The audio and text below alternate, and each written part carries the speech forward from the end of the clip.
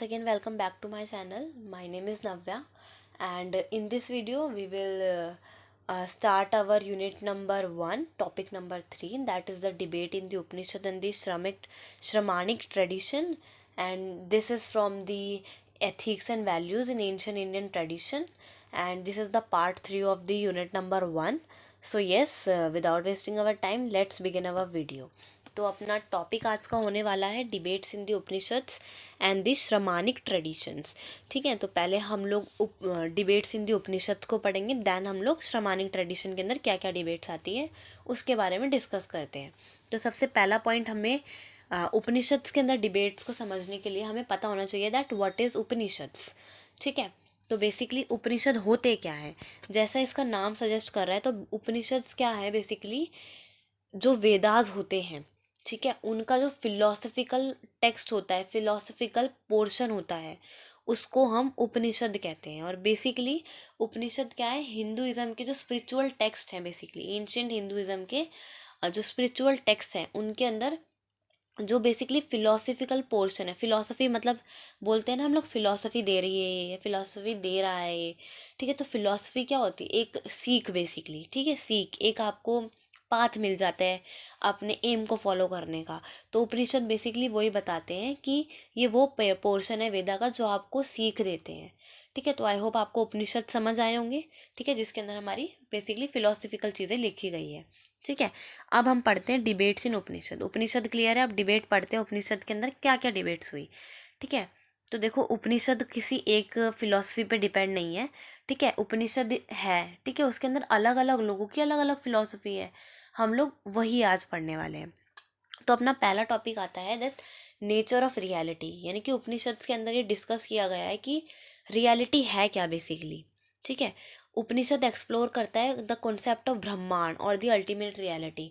इसके अंदर ये पहली डिबेट हमारी ये आती है कि उपनिषद के अंदर काफ़ी सारे जो हमारे फिलोसफर्स हैं उनका मानना है कि ब्रह्मांड ही एक अंतिम सत्य है. ठीक है, ब्रह्मांड इज़ द अल्टीमेट रियलिटी. ठीक है, और काफ़ी लोगों का मानना है कि नहीं, ब्रह्मांड नहीं, एक आत्मा नाम की भी एक चीज़ होती है. ठीक है, तो ये उनका मानना है. तो काफ़ी लोगों का मानना है कि ब्रह्मांड अलग होता है और आत्मा अलग होती है. ठीक है, और काफ़ी लोगों का मानना है, काफ़ी फिलोसफर्स का मानना है बेसिकली कि ब्रह्मांड और आत्मा दोनों सेम है. तो ये हमारी डिबेट नंबर 1 आती है कि रियलिटी है क्या. ठीक है, सेकंड आता है अपना self and identity. Self and identity में हम बात करते हैं कि सेल्फ यानी कि खुद की, एक व्यक्ति की, एक ह्यूमन बीइंग की जो आत्मा है, ठीक है, उसके ऊपर भी डिबेट है कि जो आत्मा है और ब्रह्मांड है वो सेम है या नहीं, या दोनों अलग अलग हैं. कुछ ऑथर्स, कुछ फिलोसफर्स कहते हैं कि दोनों सेम हैं, कुछ कहते हैं सिर्फ आत्मा ही होती है, कुछ कहते हैं सिर्फ ब्रह्मांड ही होता है अल्टीमेट रियलिटी, कुछ कहते हैं दोनों होते हैं, कुछ कहते हैं दोनों नहीं होते.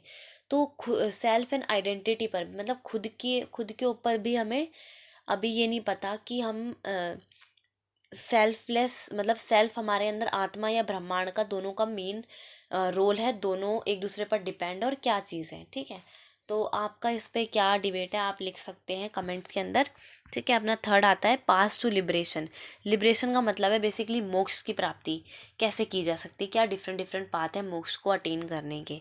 ठीक है, तो डिफरेंट पाथ है मोक्ष को अटेन करने के, जैसे कि नॉलेज के थ्रू कर सकते हैं आप लोग, डिवोशन के थ्रू कर सकते हैं, भक्ति के थ्रू कर सकते हैं. इन सब चीज़ों के थ्रू आप क्या कर सकते हैं, मोक्ष को अटेन कर सकते हैं. ठीक है, तो इस पर भी डिबेट है. कुछ लोग कहते हैं कि सिर्फ हम नॉलेज के थ्रू कर सकते हैं, जैसे बुद्धिज़्म के अकॉर्डिंग बोले तो वो कहते हैं कि मेडिटेशन के थ्रू आप कर सकते हैं. वहीं अगर हिंदुज़्म पे आ जाए तो हमारे यहाँ पे गीत गाए जाते हैं, भक्ति की जाती है, भगवान की मूर्ति पूजन किया जाता है. ठीक है, हमारे यहाँ पुनर्जन्म जैसी चीज़ें हैं. ठीक है, तो पास टू लिबरेशन हिंदुज़्म के अंदर ये सब चीज़ें देखने को मिलती है. ठीक है, तो डिबेट्स हैं यही उपनिषद के अंदर कि आखिर सत्य है क्या. नॉलेज पर फोकस करें तब मोक्ष मिलेगा, डिवोशन पे फोकस करें तब मोक्ष मिलेगा, या भक्ति पे फोकस करें. तो ये डिबेट है. ठीक है, अब अपना चौथी डिबेट आती है नेचर ऑफ द यूनिवर्स. कि जो ये यूनिवर्स है इस पर भी डिबेट है कि ये यूनिवर्स की ओरिजिन कहाँ से होता है, क्या ओरिजिन किसी गॉड ने किया है, किसी डीटी ने किया है. ठीक है, या फिर ओरिजिन एलिमेंट्स के थ्रू हुआ है जो नेचर के अंदर प्रेजेंट है. ठीक है, तो ये सारा हमारा नेचर ऑफ द यूनिवर्स पे डिपेंड करता है कि यस, इस पे भी डिबेट है. कुछ लोग कहते हैं कि एलिमेंट्स होते हैं हमारे. ठीक है, जिसकी मदद से हमारा इन्वायरमेंट या फिर हमारा नेचर डेवलप्ड हुआ है, ह्यूमन बींग डेवलप हुआ है। कुछ कहते हैं डाइटी की वजह से हुआ है, भगवान की वजह से हुआ है। ठीक है, तो अलग अलग इस पे भी डिबेट है यूनिवर्स के ऊपर भी। फिफ्थ टॉपिक आता है रीइंकार्नेशन एंड कर्मा। रीइंकार्नेशन मतलब होता है कि आपको रिसाइकिल और साइकिल ऑफ बर्थ से मोक्ष पाना बेसिकली। ठीक है, reincarnation is as similar as the path to liberation, but path to liberation का मतलब हो जाता है कि आप एक बार आप लाइफ के अंदर एंटर हो चुके हैं, ठीक है, आपका जन्म हो चुका है, उसके बाद आपको किस तरीके से लिबरेशन का पाथ पाना है। वहीं अगर हम रीइंकार्नेशन की बात करते हैं तो रीइंकार्नेशन मतलब आपके जन्म से पहले कि आप मरने के बाद आपका क्या होगा। ठीक है, तो उपनिषद बेसिकली यही डिबेट करते हैं कि जो ये बर्थ और रिबर्थ की साइकिल है, क्या ये सत्य है, इज दैट ट्रू और no not. Some believe that कि रीबर्थ होता है, हिंदुज़म के अकॉर्डिंग रीबर्थ होता है। वहीं अगर किसी और हम अम, धर्म या किसी और हम लोग कम्युनिटी के उससे बेस पर जाएं तो कुछ लोग कहते हैं कि रीबर्थ नहीं होता है, रीबर्थ जैसा कुछ नहीं है। ठीक है, और कुछ लोग कहते हैं, कुछ लोग कर्मा पे बिलीव करते हैं, कुछ नहीं करते। ठीक है, कुछ कहते हैं कि जो आप अभी कर रहे हैं वो आपके सामने आएगा, कुछ कहते हैं कि प्रेजेंट इज द रियलिटी। ठीक है, तो अलग अलग चीज़ें इस पर भी डिबेट्स होती है उपनिषद के अंदर। ठीक है, तो आई होप आपको ये समझ आ रहा होगा। And our sixth is the role of meditation. ठीक है, अब रोल ऑफ मेडिटेशन का मतलब है कि किस तरीके से आप खुद को जान सकते हैं, खुद को बिल्कुल डीप तरीके से आप सेल्फ रियलाइजेशन कर सकते हैं, स्पिरिचुअल इनलाइटमेंट कर सकते हैं। ठीक है, जिसकी अलग अलग टेक्निक्स है और अलग अलग डिबेट्स इसके लिए है, अलग अलग अप्रोचेस है मेडिटेशन करने की। जैसे कि बुद्धिज़्म के अकॉर्डिंग मेडिटेशन करके ही आप अपने खुद को जान सकते हैं। ठीक है, बुद्धिज़्म के अंदर है अहिंसा का रोल है। ठीक है, और काफ़ी सारी डिबेट्स इस पे होती है कि कुछ लोग कहते हैं कि आप लोग भक्ति करके गीत गाकर आप गा मेडिटेशन मतलब खुद को जान सकते हैं। ठीक है, कहीं पर डांसिंग के थ्रू होता है, कहीं पर चैंटिंग के थ्रू होता है, मंत्र जाप के थ्रू होता है, कहीं पर हिम्स चैंटिंग के थ्रू होता है। तो इसके पीछे भी अपनी अलग अलग डिबेट्स हैं हमारे उपनिषद के अंदर। तो आई होप आपको डिबेट्स इन उपनिषद समझ आया होगा। ठीक है, एंड अब अपना नेक्स्ट टॉपिक होने वाला है डिबेट्स इन श्रमानिक ट्रेडिशन। श्रमानिक ट्रेडिशन, अब अगेन श्रमानिक ट्रेडिशन पे बढ़ने से पहले आपको श्रमानिक ट्रेडिशन पता होना चाहिए कि होते कौन है श्रमिक। ठीक है, श्रमानिक तो बेसिकली श्रमानिक एक ग्रुप होता है ancient Indian religious and philosophical tradition के अंदर। एक ग्रुप को आप श्रमानिक ग्रुप कह सकते हैं, जो 6th सेंचुरी BC के अंदर इमर्ज हुआ था, जिसके अंदर बेसिकली बात की गई थी मेडिटेशन और सेल्फ एफर्ट और सेल्फ रियलाइजेशन की। ठीक है, इसके अंदर बेसिकली हिंदुइज्म की बात नहीं होगी यहाँ पर, जैनिज्म, बुद्धिज़्म और अजवीका जैसे कुछ हमारे रिलीजन्स निकल कर आए थे, जो इम्फोसाइज करते, जो इम्पोर्टेंस देते हैं किसको, सेल्फ एफर्ट को, खुद के ऊपर ध्यान लगाना, मेडिटेशन करना, और ये जो साइकिल ऑफ रीबर्थ है इससे बिल्कुल लिबरेट हो जाना, यानी कि मोक्ष की प्राप्ति, यानी कि आप दोबारा बर्थ नहीं ले सकते। तो इन सारी चीज़ों पे बिलीव जो लोग करते हैं उन्हीं वही श्रमानिक ट्रेडिशन के अंदर आते हैं। और इसके अंदर ये जो तीन हमने रिलीजन पढ़े अभी, जैनिज्म, बुद्धिज़्म और अजवाइका, ये तीनों ही इसके अंदर इंपॉर्टेंट रोल प्ले करते हैं। तो इसके अंदर जो डिबेट है वो आती है existence of a supreme being. तो यहीं से हमारी डिबेट बिगन होती है। पहला टॉपिक है existence of a supreme being. Supreme means होता है सबसे ऊंचा, सबसे ऊपर। ठीक है, तो किस तरीके से एक जो बीइंग है, एक ह्यूमन बीइंग है, वो किस तरीके से एग्जिस्ट करता है बेसिकली। ठीक है, और अगर हम लोग इसके अंदर बात करते हैं तो Shramanic tradition such as Buddhism etcetera question on the authenticity of supreme deity. ठीक है, तो श्रमानिक ट्रेडिशन ये फोकस करता है कि एक डीटी, एक भगवान क्या सच में होते हैं।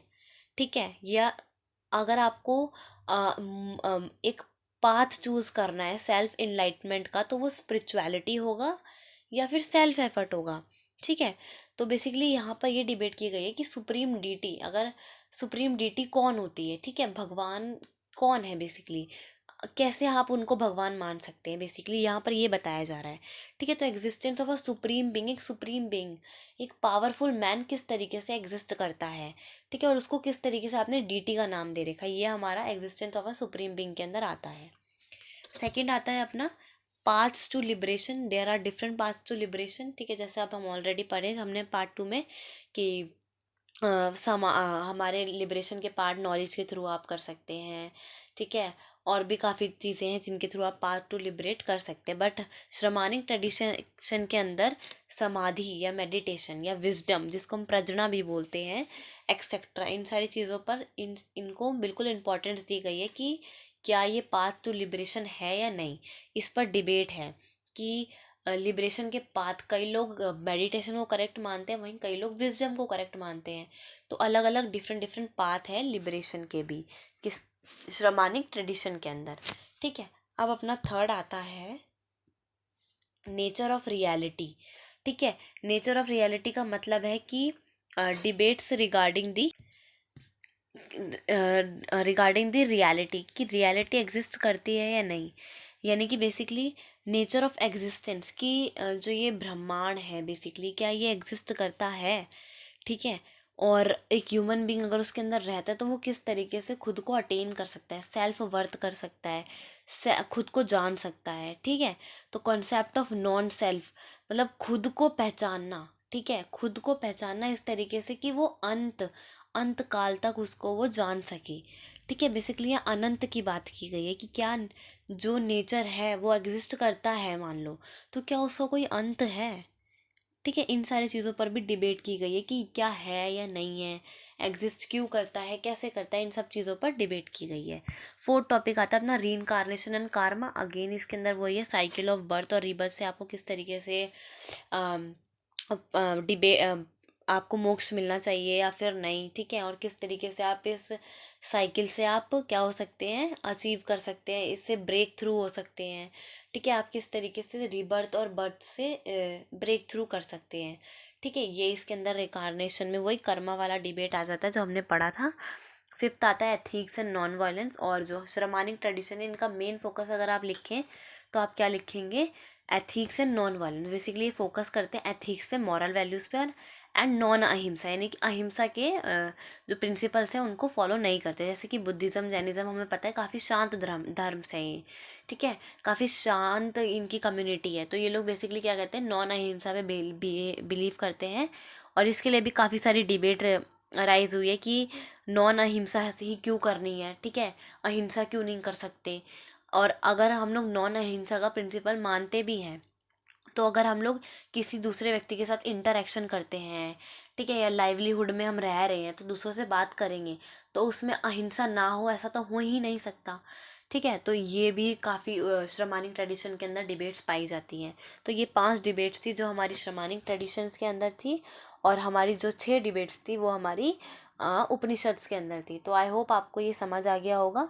So yes, that's all for today. This is the unit number 1. So yes, we will meet in our next video with our unit number 2. So that's all for today. Okay, bye.